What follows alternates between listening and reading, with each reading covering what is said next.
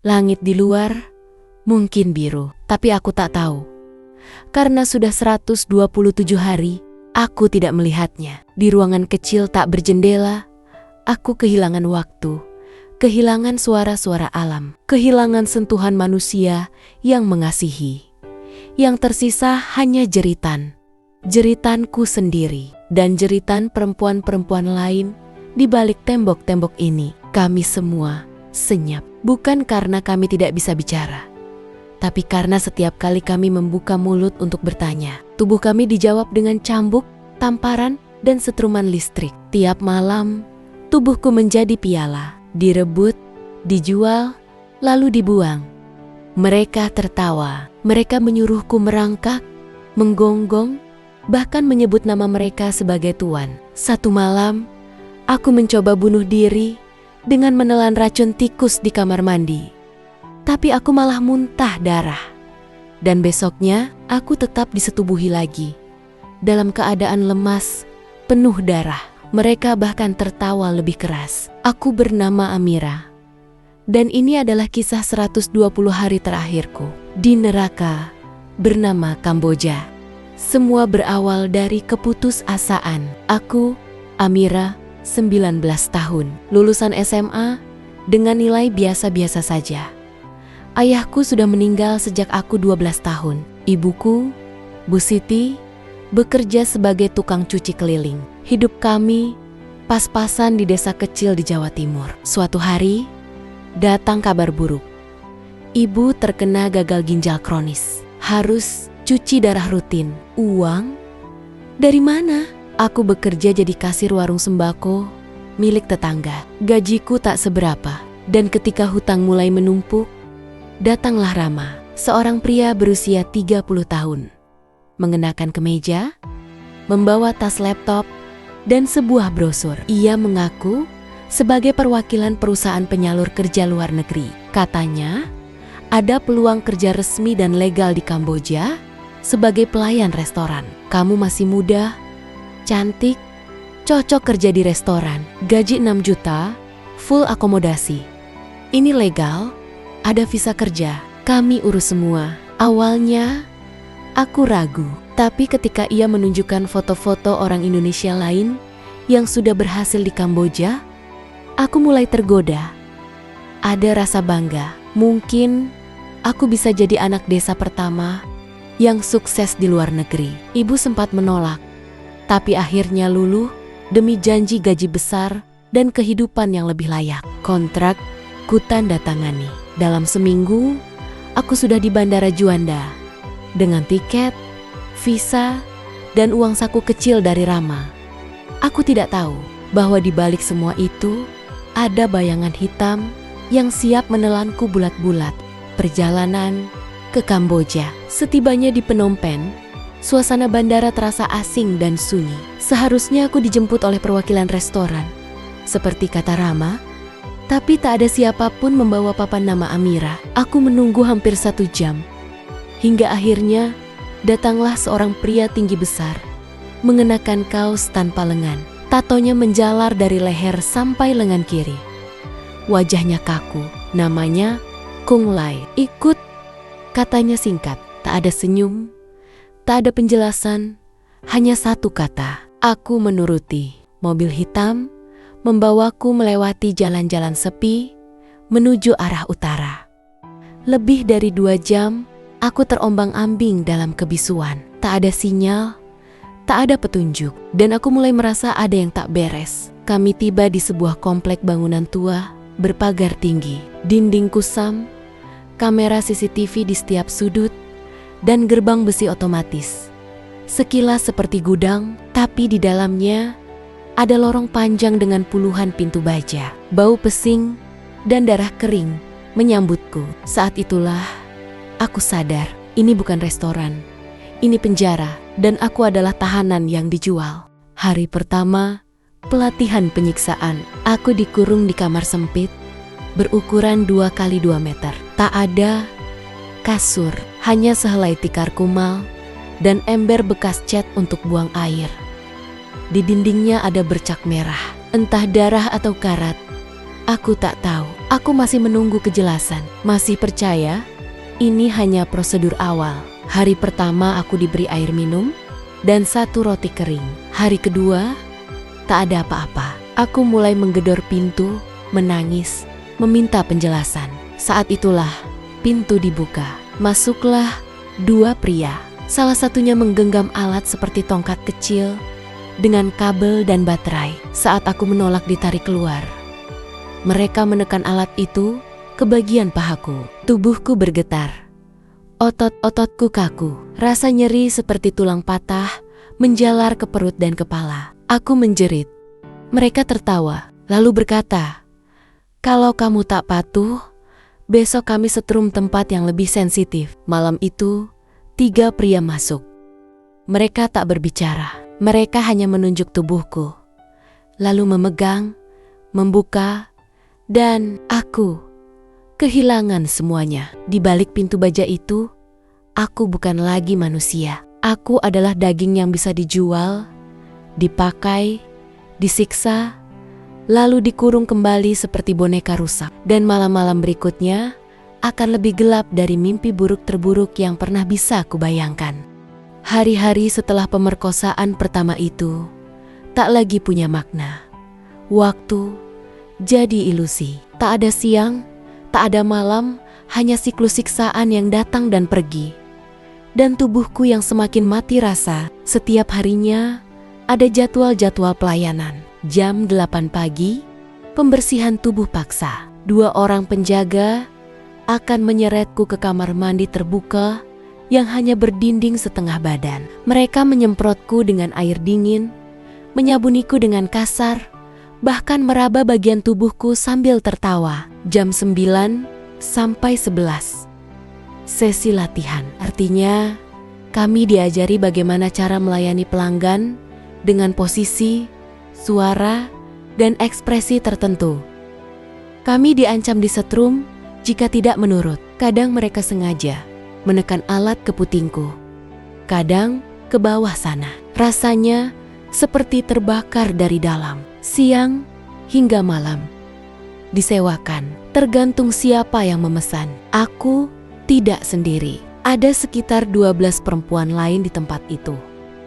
Semuanya berasal dari berbagai negara Asia Tenggara. Ada yang dari Vietnam, Filipina, bahkan beberapa perempuan Kamboja sendiri. Tapi entah kenapa, aku merasa paling menderita. Mungkin karena aku masih terlalu baru dan tubuhku masih dianggap bernilai. Pelanggan datang silih berganti. Ada yang membawa kamera, ada yang meminta hal-hal keji, dipukul, dicekik, bahkan ditusuk dengan benda tajam kecil, hanya demi kesenangan mereka. Suatu malam, aku diberi pil kecil berwarna biru, katanya obat semangat. Tapi setelah menelannya, tubuhku panas, nafasku berat. Aku tak bisa mengontrol diri. Aku dipaksa untuk tampil liar dalam video streaming yang ditonton ratusan orang secara langsung. Dan yang membuatku ingin mati, setiap penonton bisa klik tombol shock, mengirim listrik langsung ke alat kelaminku melalui kabel kecil yang mereka tempelkan sebelumnya. Setiap klik itu adalah siksaan. Tapi mereka tertawa. Aku menangis, muntah, dan pingsan. Aku kemudian tahu bahwa tempat itu bernama Red Lotus Room, sebuah tempat penyekapan, penyiksaan, dan eksploitasi seksual yang disamarkan sebagai klub pribadi, dikelola oleh sindikat lintas negara, dan dilindungi oleh oknum polisi serta aparat lokal. Kami semua punya harga sewa. Tubuh kami jadi menu. Ada katalog. Di situ tertulis, Amira, 19 tahun, Indonesia, level virgin, fitur, pasif, dan patuh. Bonus, shock mode. Aku muntah saat pertama kali melihatnya. Kami bukan hanya dijual sebagai pelacur. Kami adalah produk konten video sadis. Mereka merekam semua yang mereka lakukan pada kami, lalu menjual video itu ke dark web. Setiap jeritan kami, setiap pendarahan, setiap luka adalah uang. Dan jika kami tidak bisa bekerja karena sakit atau luka terlalu parah, kami dikurung dalam ruangan gelap sempit tanpa makanan. Itu adalah hukuman ekonomi. Kami adalah aset. Jika tidak menghasilkan, kami akan dihancurkan. Satu-satunya cahaya. Nalin, di tengah semua penderitaan itu, ada satu sosok yang masih bisa disebut manusia. Nalin, gadis Kamboja, 20 tahun, yang sudah 2 tahun dikurung di sana. Tubuhnya penuh bekas luka, giginya ompong, tapi matanya masih hidup. Nalin tahu sedikit bahasa Indonesia. Karena ibunya orang Aceh, ia yang mengajarkanku cara bertahan. Kamu jangan teriak lagi, nanti mereka tambah senang. Kalau kamu mati rasa, kamu akan bertahan lebih lama. Tutup hatimu, anggap tubuhmu bukan milikmu. Malam hari, saat penjaga lengah, Nalin akan membisikiku doa-doa kecil. Bukan untuk selamat, tapi agar kami mati cepat. Satu malam, Nalin dipanggil ke ruangan khusus VIP. Ia tidak kembali. Besoknya, aku disuruh mengepel ruang 09. Darah di mana-mana. Dan di pojok kamar, aku melihat potongan rambut Nalin yang diikat dengan pita merah. Itu adalah peringatan. Di antara hidup dan mati, tubuhku mulai rusak. Luka di bagian intimku tidak pernah benar-benar sembuh. Aku sering buang air berdarah setiap napas berat. Tapi mereka tetap menyewakanku. Dan setiap selesai, aku hanya bisa memandangi langit-langit kusam kamar sambil bertanya dalam hati, kenapa aku belum mati juga? Suatu malam, aku mencoba menelan potongan sabun yang sudah mengeras. Kupikir tubuhku akan keracunan, tapi aku hanya muntah busa. Lalu dipaksa kerja malamnya oleh 3 pelanggan. Hari ke-76, aku pingsan lebih dari 3 jam. Mereka memanggil semacam dokter. Keji yang hanya menyuntikku dengan cairan yang membuat jantungku berdegup seperti dikejar anjing. 120 hari. Itulah total waktuku di sana. Tapi di tengah hari-hari itu, hanya 2 kata yang terus kubisikan. Tolong aku. Tapi tak ada yang datang. Karena di tempat ini, jeritan bukan tanda penderitaan. Jeritan adalah hiburan. Hari ke-81, aku sudah berhenti menghitung waktu sejak lama. Tapi tubuhku mulai memberitahu bahwa neraka ini sudah berlangsung terlalu lama. Luka-lukaku tak pernah sembuh. Beberapa bagian tubuh sudah mati rasa. Sebagian lainnya terlalu sensitif.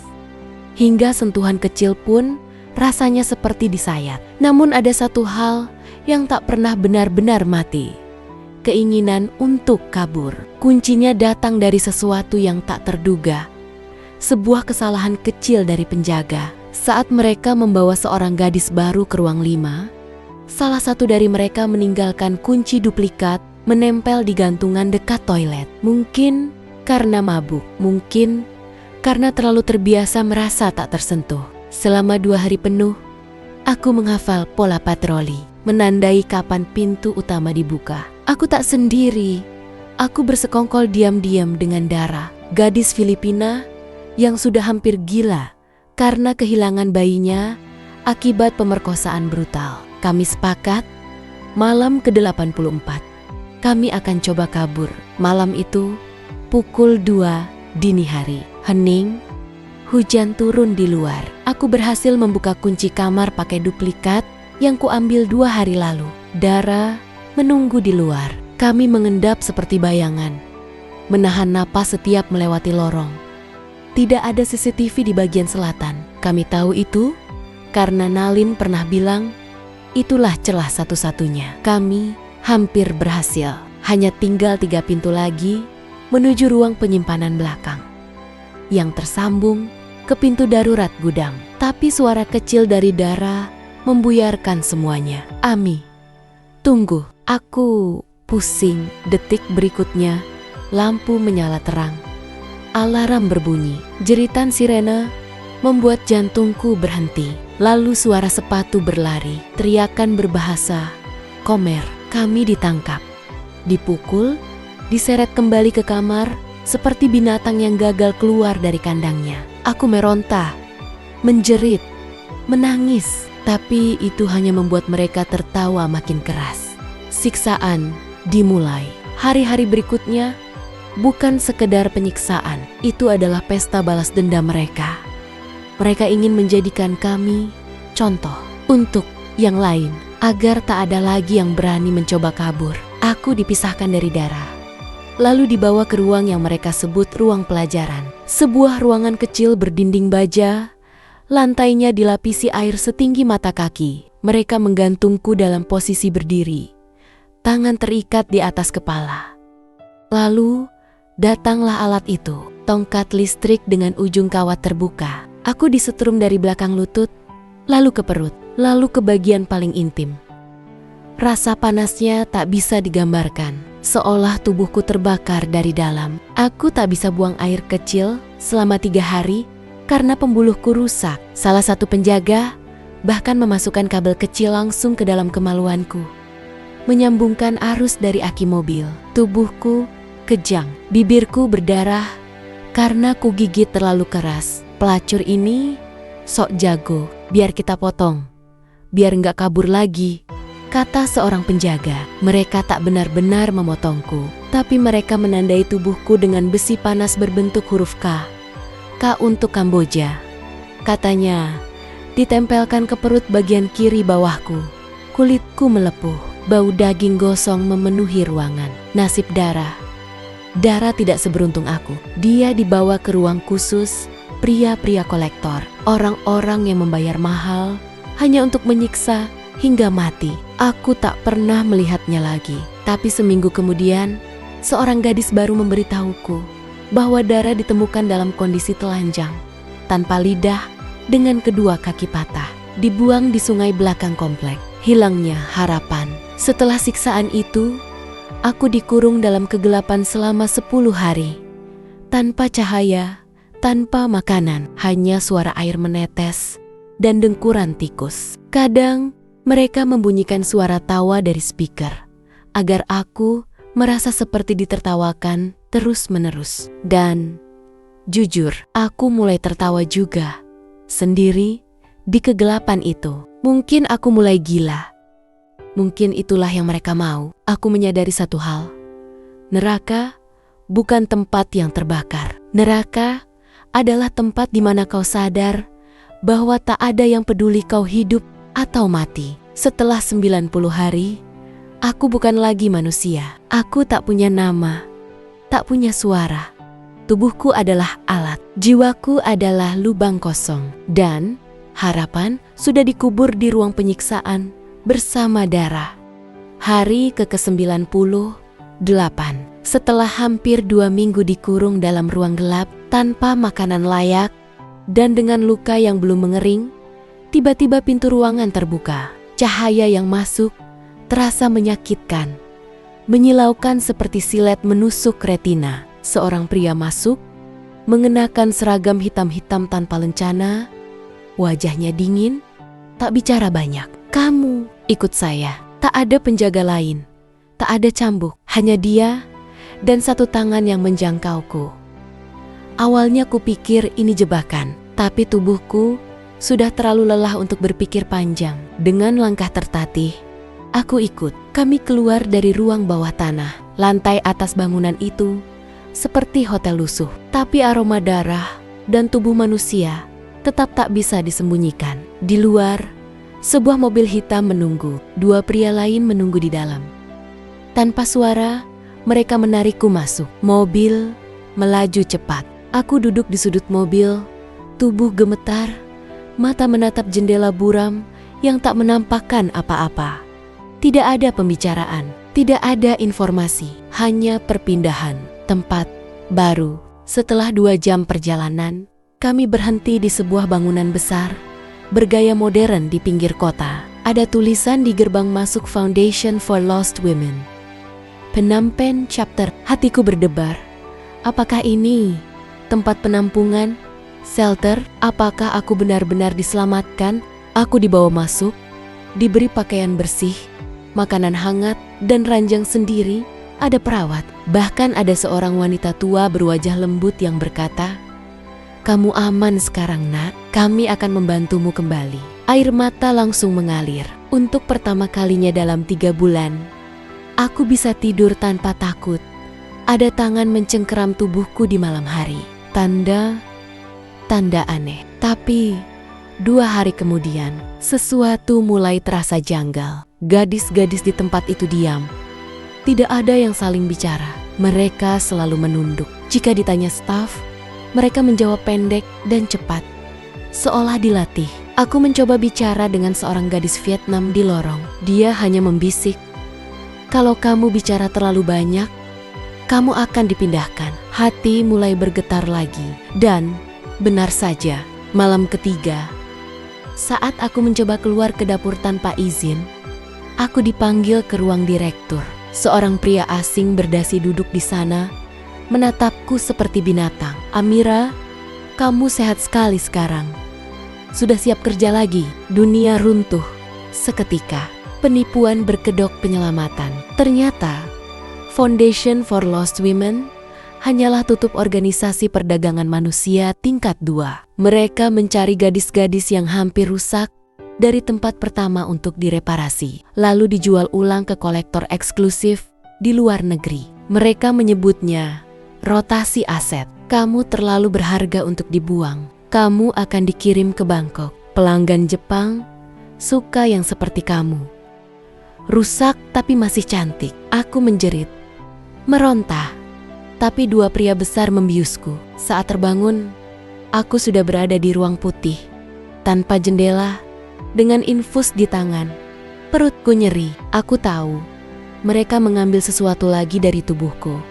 Entah organ, entah hanya darah. Tapi aku bisa merasakannya. Pertemuan tak terduga. Di tempat ini, aku bertemu kembali dengan Ratna, gadis Indonesia lain yang dulu pernah ada bersamaku di Red Lotus Room. Wajahnya penuh bekas luka, tapi matanya masih tajam. Ia bilang, ia pernah hampir dijual ke Jepang, tapi digagalkan oleh polisi yang menyamar. Ia bekerja diam-diam sebagai informan, mencari informasi sindikat. Kita masih bisa keluar, Amira. Tapi harus sekarang. Sekali kamu dikirim keluar, kamu akan hilang selamanya. Dengan sisa keberanian, kami menyusun rencana kabur. Tapi kali ini bukan untuk sembunyi. Kami ingin menghancurkan mereka di malam penuh hujan. Aku berdiri di depan jendela kecil tempat persembunyian, memandangi kota Phnom Penh dari kejauhan. Dunia ini penuh neraka tersembunyi. Dan aku bukan korban lagi. Aku bersumpah, jika aku selamat, aku akan membakar tempat itu sampai habis. Karena mereka pikir aku sudah hancur. Tapi mereka lupa, perempuan yang sudah mati rasa tak bisa lagi ditakut-takuti. Malam ke-106, aku, Ratna, dan 2 gadis lainnya, Lin dari Vietnam dan P dari Myanmar, berhasil mengakses ruang staf melalui celah ventilasi. Rencananya sederhana: merusak sistem listrik, mencuri ponsel, dan mengirimkan lokasi lewat pesan darurat ke salah satu LSM internasional yang pernah ditunjuk Ratna untuk operasi penyelamatan. Tapi semua rencana dalam neraka selalu berlumur darah. Pukul 1 dini hari, pemadaman listrik. Lin, si gadis yang tak pernah bicara tapi ahli teknik, berhasil membuat konslet aliran utama. Bangunan itu seketika gelap. Sirena darurat menyala. Para penjaga panik. Ratna menarikku ke ruang kontrol. Kami masuk dan mengunci pintu. Ia mengakses kamera dan membuka pintu-pintu ruangan penjara digital yang mengurung lebih dari 30 gadis lain. Jeritan, tangis, teriakan dalam berbagai bahasa memenuhi bangunan. Para gadis lari. Sebagian bahkan telanjang, hanya dibungkus kain tipis. Tapi mereka berlari seperti dikejar maut, karena memang itu yang sedang terjadi. Pukul 1:30 pagi, tembakan pertama. Seorang penjaga menyadari apa yang terjadi. Lin tumbang, peluru menembus dada kirinya. Pei menjerit, mencoba menarik tubuh Lin, tapi tak sempat. Peluru kedua menembus leher Pei. Aku hanya bisa menatap saat 2 teman baruku rebah di lantai. Tubuh mereka berdarah. Mata mereka menatap kosong. Ratna menjerit, menyerang penjaga itu dengan pisau dapur. Ia berhasil menusuk leher si penjaga, tapi bukan tanpa harga. Ratna tertembak di perut. Kami kabur ke basement. Di tanganku ada ponsel penjaga yang berhasil kuambil. Aku sempat mengirim pesan, satu kalimat, "Help, trafficking." Lalu ponsel itu direbut dan dibanting. Pukul 2 pagi, terjebak. Kami sembunyi di ruang cuci. Napas kami tercekat. Ratna berdarah parah. Ia memaksaku duduk, menatapku dengan wajah pucat. "Amira, kalau aku mati di sini, jangan biarkan mereka hidup tenang. Aku janji." Tangannya melemas. Ratna mati di pelukanku. Pukul 2:30 pagi, ledakan kecil. Ternyata Lin sudah menyiapkan kejutan sebelum mati. Ia merakit bom rakitan kecil dari bahan kimia laboratorium. Timernya menyala di ruang server.